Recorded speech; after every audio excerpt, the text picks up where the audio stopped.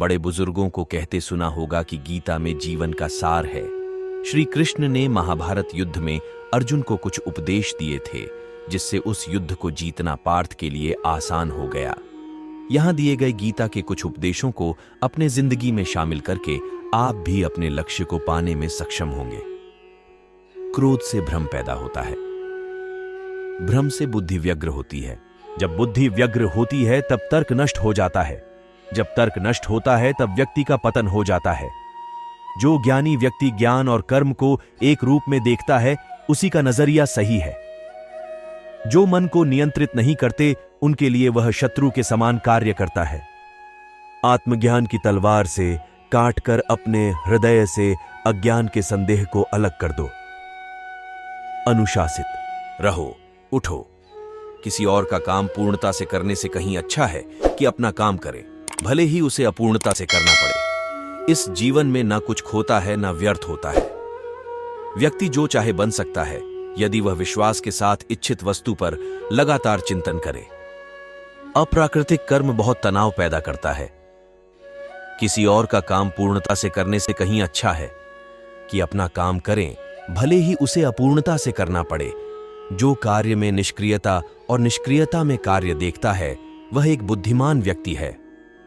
जब वे अपने कार्य में आनंद खोज लेते हैं, तब वे पूर्णता प्राप्त करते हैं। अपने क्रोध पर काबू रखें।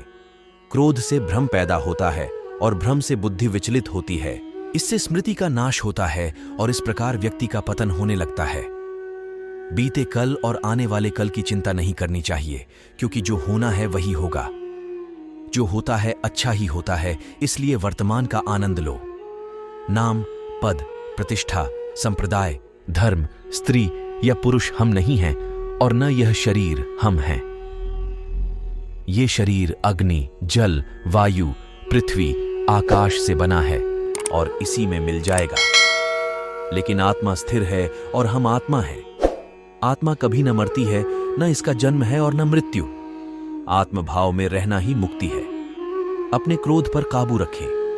क्रोध से भ्रम पैदा होता है और भ्रम से बुद्धि विचलित होती है। इससे स्मृति का नाश होता है और इस प्रकार व्यक्ति का पतन होने लगता है। कुरुक्षेत्र के रण में भगवान श्री कृष्ण ने जो गीता का ज्ञान अर्जुन को दिया था, वह संदेश पूरे मानव जाति के लिए उपयोगी है। अगर हम श्रीमद् भगवद गीता के कुछ ज्ञान को हम अपने जीवन में आत्मसात करें, तो कई कष्टों से मुक्ति मिल जाएगी। आप तनाव रहित जीवन का निर्वाह कर पाएंगे। बीते कल और आने वाले कल की चिंता नहीं करनी चाहिए, क्योंकि जो होना है, आत्मा कभी न मरती है, न इसका जन्म है और न मृत्यु। आत्मभाव में रहना ही मुक्ति है। परिवर्तन संसार का नियम है। यहां सब बदलता रहता है, इसलिए सुख दुख, लाभ हानि, जय पराजय, मान अपमान आदि में भेदों में एक भाव में स्थित रहकर हम जीवन का आनंद ले सकते हैं। अपने क्रोध पर काबू रखें। क्रोध से भ्रम पैदा होता है और भ्रम से बुद्धि विचलित होती है। इससे स्मृति का नाश होता है और इस प्रकार व्यक्ति का पतन होने लगता है। क्रोध, काम वासना और भय ये हमारे शत्रु हैं। अपने को भगवान के लिए अर्पित कर दो, फिर वो हमारी रक्षा करेगा और हम दुख, भय, चिंता, शोक और बंधन से मुक्त हो जाएंगे।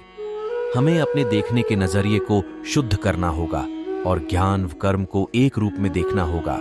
जब बुद्धि व्यग्र होती है तब तर्क नष्ट हो जाता है।